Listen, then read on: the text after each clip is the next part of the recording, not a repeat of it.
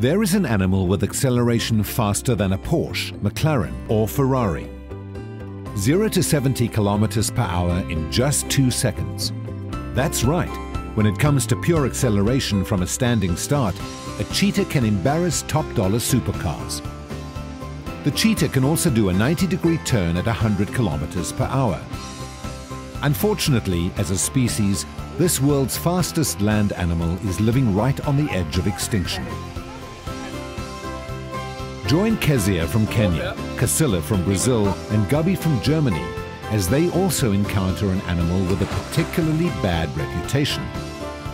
They come face to face with mighty 4-meter Nile crocodiles during a cage dive.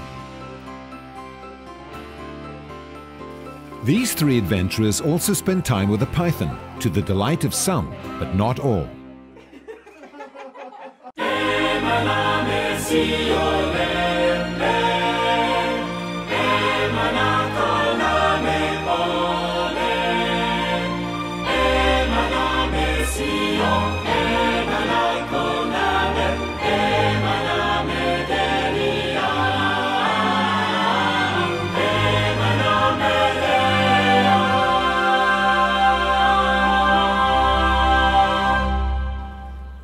It's not every day that you get the opportunity to walk inside a crocodile's mouth. But here at Cango Wildlife Ranch, we get close enough to be able to count his teeth live. Come with me and let's experience all this and much more.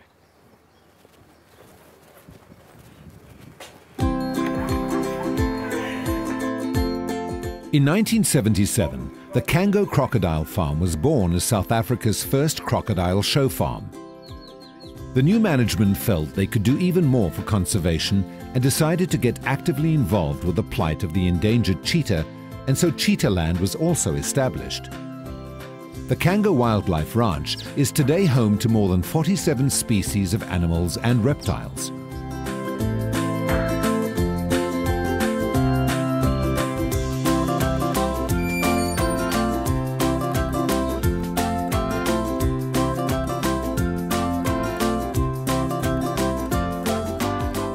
So early mornings and late afternoons, these guys are very active, playing and running. By the middle of the day, they do what cats do best, being lazy and sleepy. Yeah.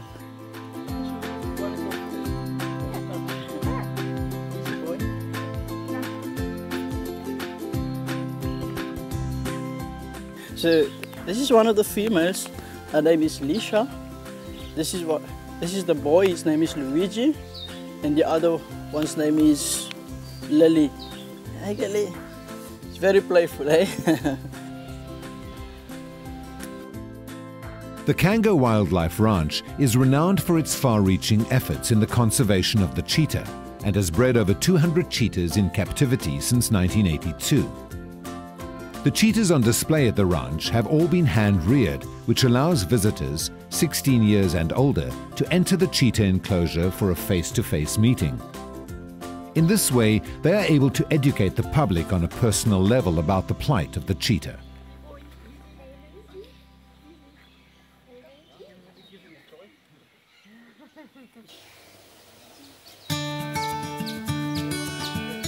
The cheetah, the world's fastest land mammal, is the most uniquely specialized member of the cat family and is able to reach speeds of 110 kilometers per hour.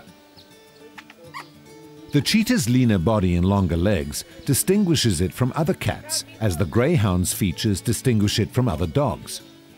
Comparatively speaking, it is not an aggressive animal and prefers flight rather than fight. It has weaker jaws and smaller teeth, so it cannot fight larger predators when needing to protect its kills or young. Cheetahs are affectionate and nurturing mothers. They spend a long time raising their cubs and teach them all the skills they need to survive, including hunting.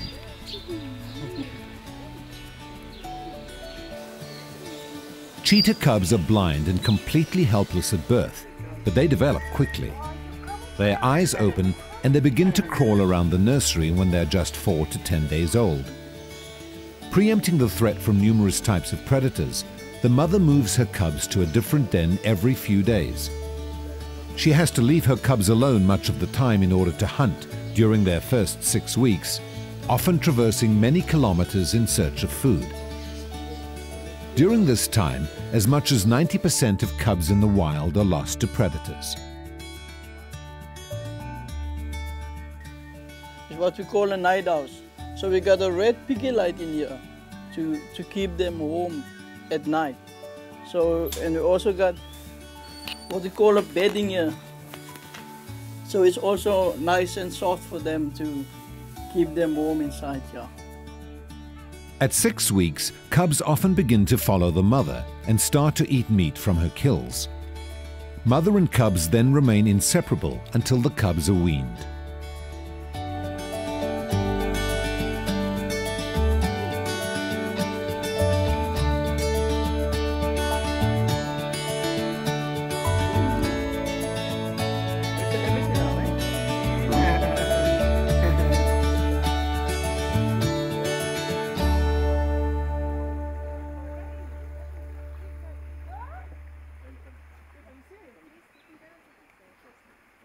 Oh, it's very easy to tell them apart because I've been working with them since they were youngsters. Tell But us some different cut. Okay. Yeah. Features. Okay, the simple one. We'll see. This is Jordan. He's got the big white tip at the tail.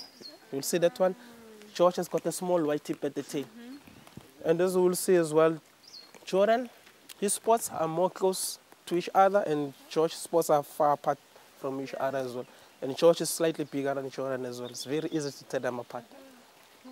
Because we are not used to, so when we looks like they're very similar. Yeah. But once we work with them, they don't look the same at all. Even their behavior as well. As Josh is more like short-tempered, Jordan is very good with people. Even when we walk them around, he's very good. Who's short-tempered? Josh. Yeah. At times he's like get easily irritated, but Jordan is he's chill. He's a good boy. He's my favorite. It has been estimated that in 1900, more than 100,000 cheetahs were to be found in at least 44 countries throughout Africa and Asia. Today, the species is extinct from more than 20 countries, and that only about 10,000 animals remain, found mostly in small pocketed populations. The mission of Cango Wildlife Ranch is to save animals such as the cheetah from extinction, and to educate people on the vulnerability and importance of our wildlife. One tragic fact is undeniable: extinction is forever.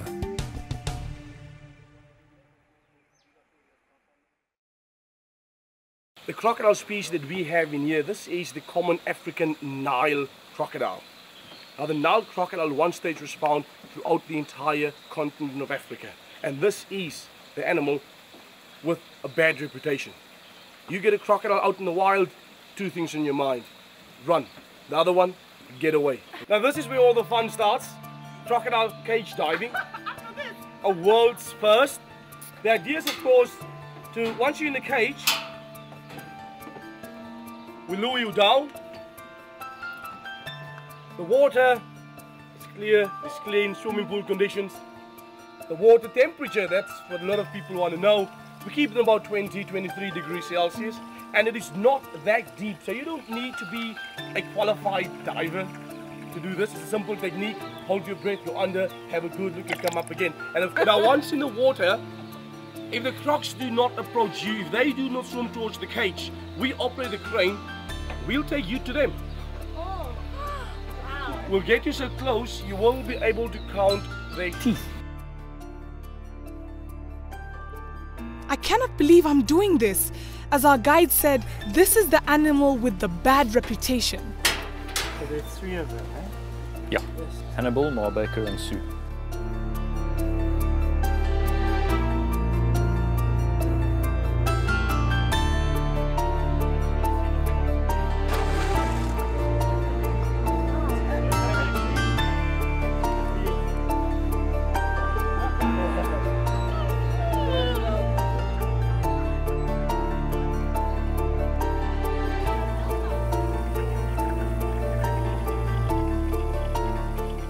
It almost seems as if they're trying to figure out how to get to us. I can just see it written all over their faces. How do I get in? There must be a way. I'm sure there's a way.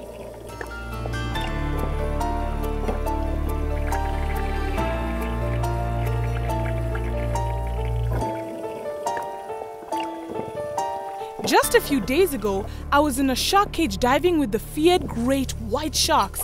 I must say, the sharks were not at all interested in eating us. They simply just swam past us, and they were eager to get a hold of the fish. These crocodiles are different. It seems clear that they want to eat us. A crocodile's jaws can apply a pressure of 2 tons per square centimetre. Just by closing its jaws, it will easily break a person's ribs and spine. Crocodiles only use 4 muscles to open their jaws and 40 muscles to close their jaws. It is so close to being the perfect predator.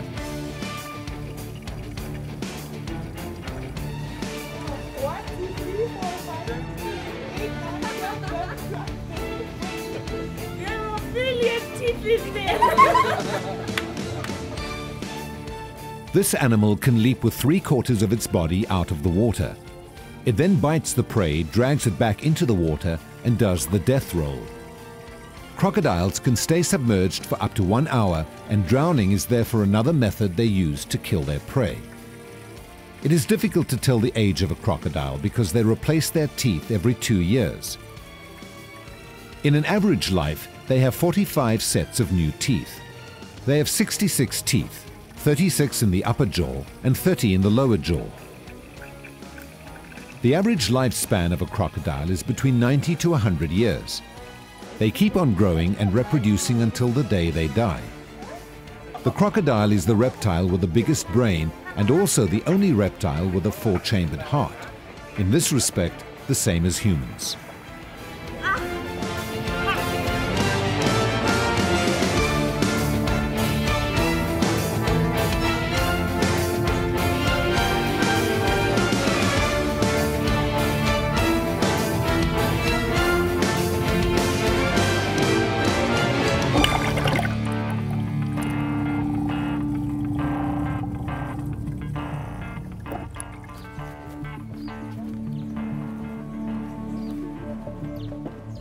We started training recently just to do things that we need them to do here at the ranch, which is to rise on command, sink on command, and then we'll be teaching them to go forward, backwards, left, stop, right. So those will be the initial basic training, and then I'm hoping to do something a little more advanced as time goes on, just to show people that they are intelligent and they are able to learn. Certainly they are able to recognize their names.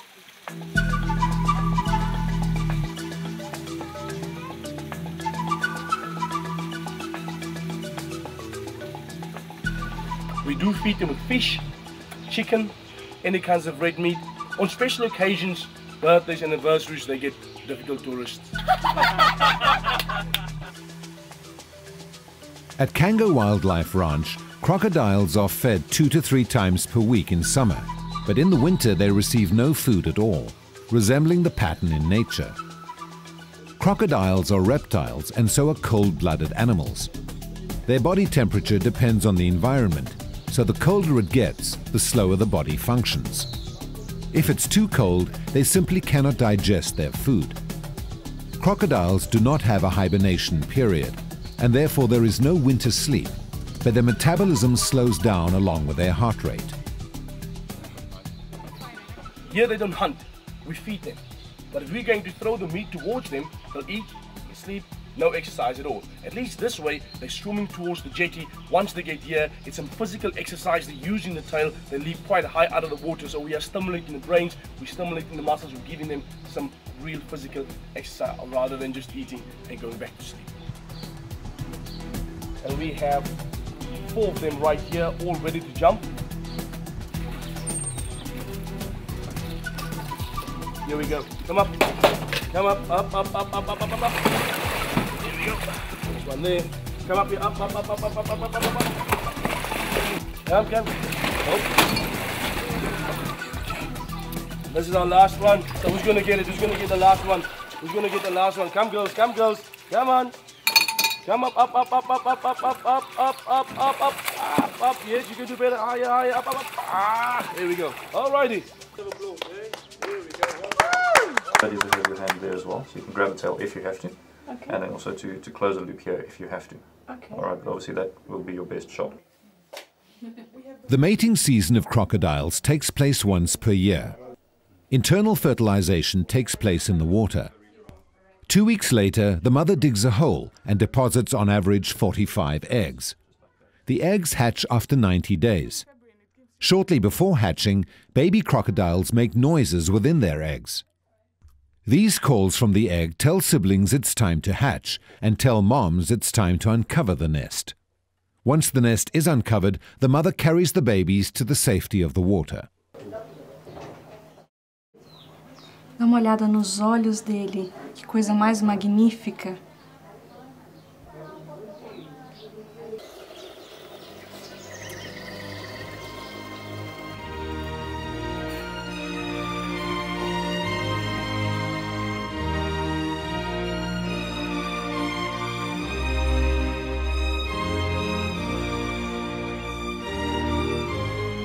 All of the tiger species left in the world are endangered. There are fewer than 3,000 Bengal tigers left. At Cango Wildlife Ranch, the Bengal tiger breeding program has been very successful. These animals serve as a flagship for their species, highlighting the importance of their dire need to be conserved.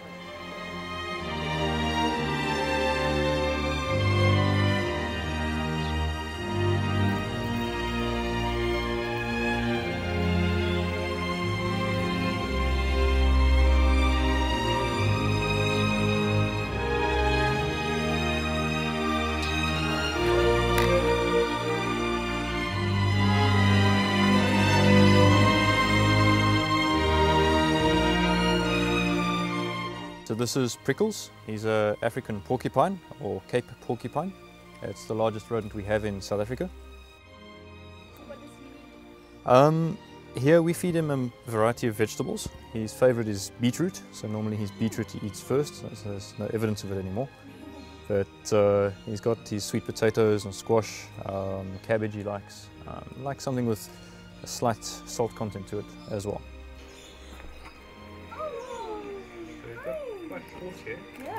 Yeah.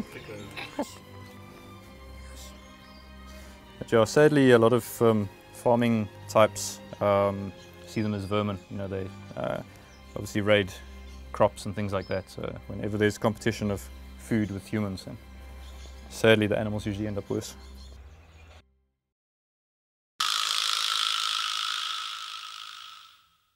Snakes have a huge amount of myths about them.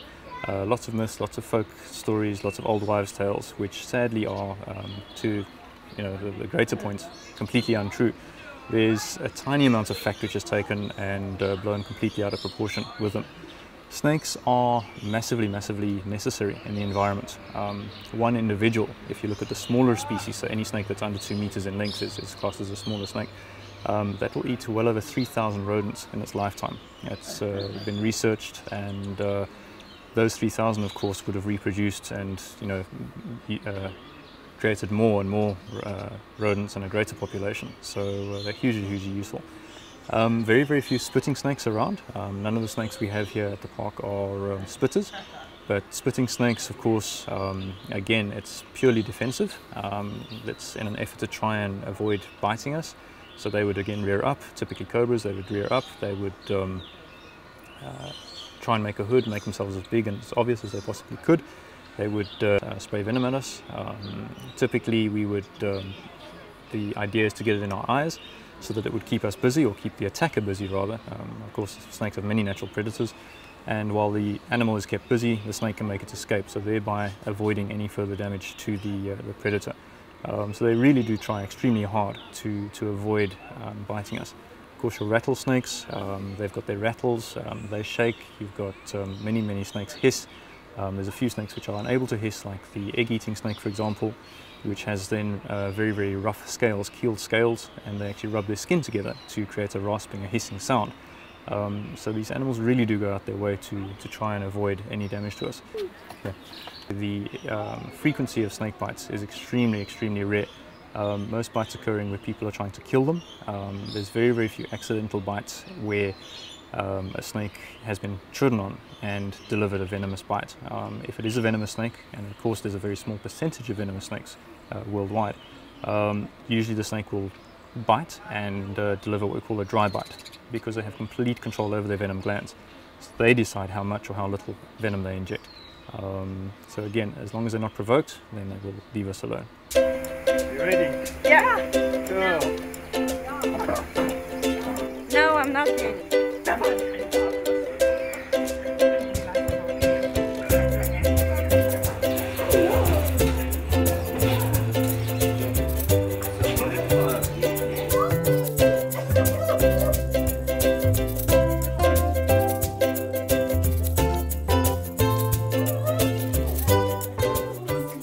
It's 100% sure that the worst experience for me was to touch a snake.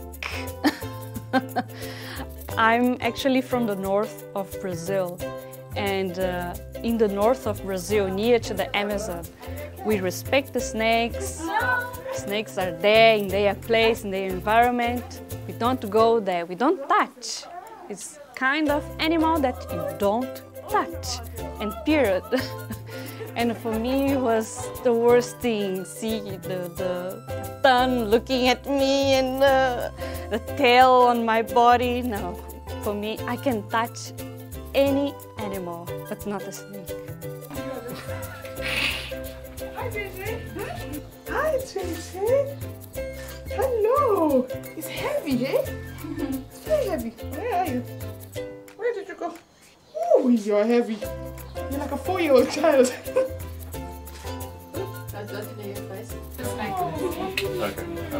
Housing. Awesome. Awesome. 25 Kilogramm Schlange. Wiegt eine ganze Menge, aber fühlt sich irre an. When God created the earth, He gave humans and animals a plant-based diet. In heaven, it'll be like that again. The lion and the lamb will lie together.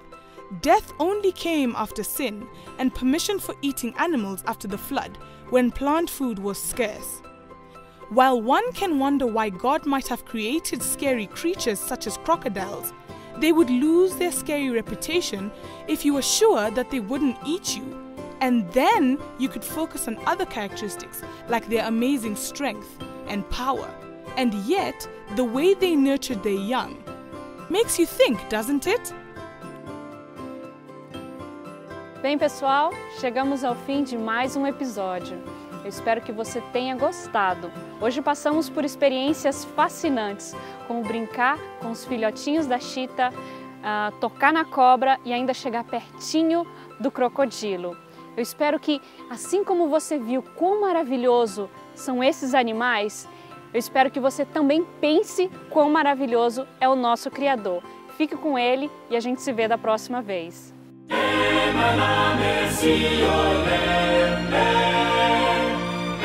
Emana